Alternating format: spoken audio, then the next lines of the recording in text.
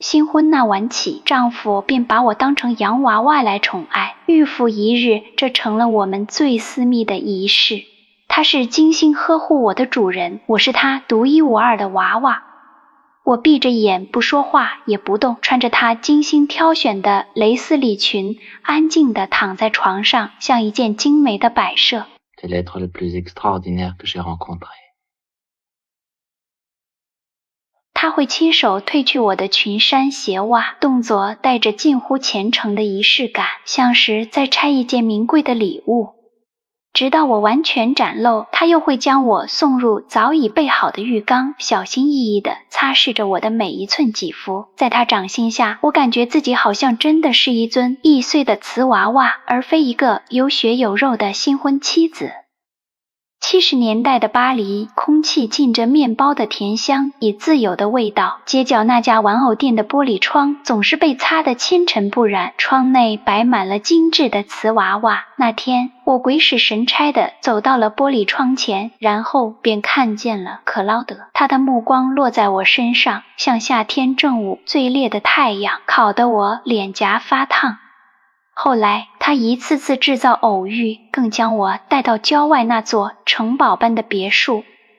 那里陈列的娃娃比他店里的更繁多精美，每一个都身着华服，被牢牢钉在奢华的底座上，凝固成永恒的姿态。他的指尖划过那些冰冷的瓷面，讲述着或凄美或传奇的往事。那时的我多傻啊，竟以为他迷恋的是故事，而自己会是那个能住进他心里的女主角。于是我晕乎乎地陷落进去，像踩进一片失重的云朵里。婚礼那日，所有人都笑着，他们羡慕我年纪轻轻便抓住了英俊富贵的克劳德。那些赞美声似香槟气泡般细密升腾，脚步虚浮间，我便放任那些甜腻的泡沫漫过了心底悄然滋生的不安。新婚那夜，克劳德让我换上了他提前备好的裙装与长靴。当我穿戴完毕，他的眼神却有了改变，不再有我熟悉的温柔，而是一种炽热的占有与欣赏，如同最苛刻的收藏家审视着刚刚到手的绝世珍品。附在身上的蕾丝裙瞬间化作一层华美的石膏外壳，凝固了我原本的羞涩。紧接着，他提出了那个改变一切的要求。On va jouer à un jeu. Quel? Tu vas rester comme ça, allongé sur le lit, immobile, les yeux fermés, et tu vas te laisser faire comme si tu étais une poupée. Tu veux bien? 我本以为这只是丈夫一时兴起的情趣，一种羞于启齿的亲昵方式，却不想点头的那一刻，竟是亲手给自己系上了无形的枷锁。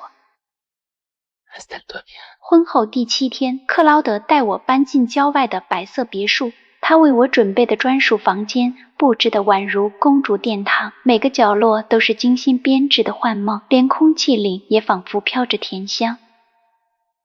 而最让我惊喜的是，每一件衣裳的隐秘处都精巧地绣着我名字的缩写。这份独属的宠爱让我几乎晕眩在这份白色的梦境里。Aider Marie à s'installer, moi je vais prendre un bain et me changer. Et toi, où elle est ta chambre? Ah, toujours au même endroit, tu sais, à côté.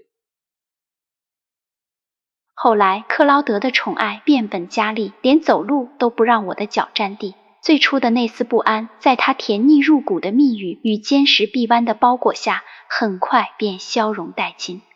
我像一件失重的稀世珍宝，被牢牢锁进他用蕾丝与绸缎编织的温柔牢笼，双脚悬空，彻底远离了尘土。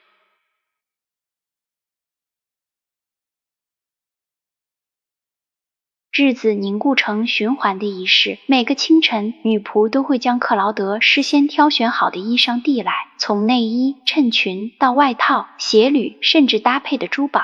他如同最严苛的造型师，苛求我的每一根发丝都服帖，每一寸布料都完美无瑕。我只需像个真正的瓷娃娃站在那里，维持绝对的美丽。那时，我真以为自己活成了童话里的公主，被无尽的宠爱和五指包围。可双脚悬空的日子越久，对踏实的渴望便越模糊，以致全然忘却探究这完美表象之下究竟掩盖着怎样令人窒息的真相。Et si c'était toi ce soir qui faisais la poupée? T'es folle, je ne fonctionnerai plus.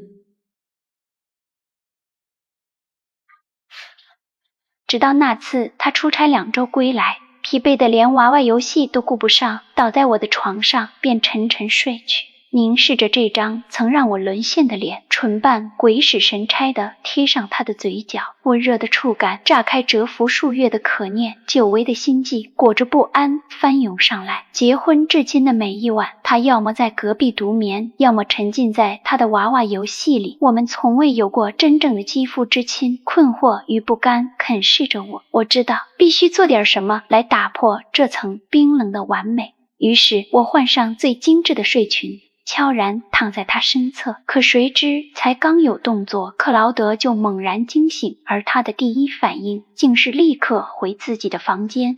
Oh non, reste, on s'est pas vu pendant 2 jours. On n'a même pas joué. C'est vraiment terrible, tu sais.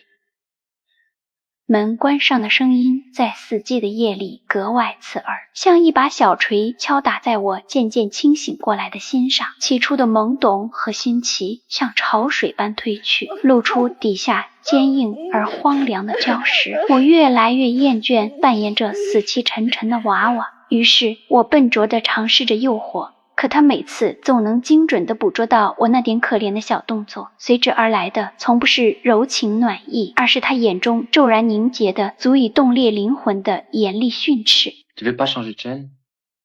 我怎么也想不明白，他口口声声说着爱我，为何却如此厌恶一个妻子最本能的亲近？为何宁愿沉溺于这荒诞的娃娃游戏，也不肯给我一个真实的拥抱呢？或许是我太过乖顺，让他过早失去了征服的乐趣，或许我应该叛逆一点。于是第2天，我彻底抛开了他的指令，没有碰他备好的洋装，反而换上那条新婚夜穿的粉裙子，也没有安守囚笼般的房子，而是闯入别墅后的庄园，从晨曦漫游到日暮，甚至还溜进羊圈和小羊嬉闹。纯粹的快乐让我一时忘记，这叛逆原是为了吸引克劳德的目光。当我带着满身尘土与草屑跑回家时，正撞见克劳德在招待朋友，粉色蕾丝边上滇开的那团丑陋刺目的污渍瞬间撞入他眼帘，刹那间风暴般的暴怒席卷了克劳德俊美的脸。 Je pense tout de même pas passer à table comme ça. J'avais pourtant prévenu Germaine que Georges et Marie-Paul venaient dîner. Mais qu'est-ce que tu attends? Va t'habiller. 他眼底翻涌的厌恶与失望，像一盆彻骨的冰水，瞬间浇熄了我所有叛逆的火苗。当心脏被陌生的恐惧漫过，我才惊觉自己早已溺毙在他编织的幻海里。与失去他相比，被钉在底座上当一尊死物，竟成了可接受的恩赐。当夜，我像个偷窃月光的小贼，赤足溜进他紧闭的房门，摸索着跪伏在床边的地毯上，有如一条被主人厌弃却乞求收留的狗。Mais oui. Garde-moi près de toi cette nuit.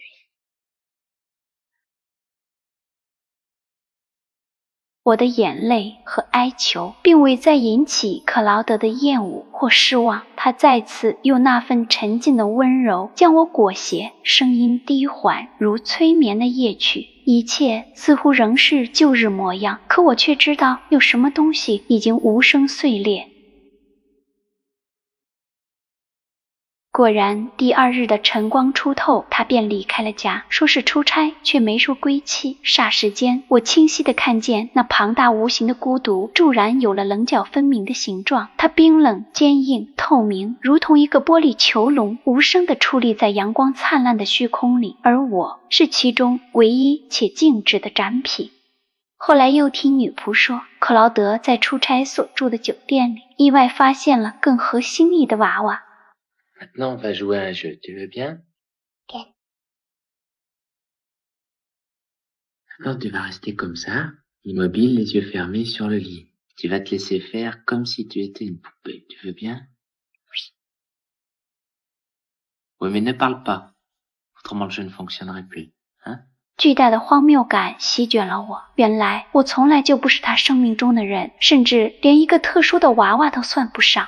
当更新鲜完美的收藏出现时，旧的那一件自然就被遗忘在角落，连同他可笑的眼泪和可悲的依恋。就在我快要被黑暗和寒冷吞噬时，一双粗糙但有力的大手扶住了摇摇欲坠的我。是赛吉奥，那个在别墅后院负责宰杀家禽和处理杂物的粗壮仆人。他带我回到庄园边缘的小屋，鸡毛与铁锈的气息汹涌而入，如同最辛辣的人间烟火，瞬间贯穿我被甜香麻痹的肺腑。在这里，他不再安排我的装束，由我穿着沾泥的旧裙晃荡；他不再约束我的口腹，默许我啃食粗粝的面包，甚至酌饮他珍藏的廉价葡萄酒。他更不阻拦我溜进羊圈，放任我与羊羔恣意嬉闹。然而，当铁锈的气味深深沁入衣褶，某种熟悉的站立却从差异的缝隙里悄然滋生。在克劳德的沙龙，我是玻璃展柜里供人赏鉴的完美藏品；在园丁的杂物间，我却成了他脚边装点生趣的鲜活摆件，一个被钉在奢华的底座上，一个被拴在粗陋的脚凳旁，形式迥异的牢笼，所幸竟是同一把。可它们明明是如此不同。克劳德的目光是收藏家对珍品燃烧的狂热占有，剥离了所有的温度，而赛吉奥的眼底沸腾的却是一个男人对女人赤裸裸的贪念。我曾那般渴望挣脱物的躯壳，成为有血有肉的女人，可当欲望的洪流席卷而来，我才骤然惊觉，原来成为女人的命题从来不是我的自由宣言，而不过是男人笔下的填空题。克劳德要留白，赛吉奥却要填满。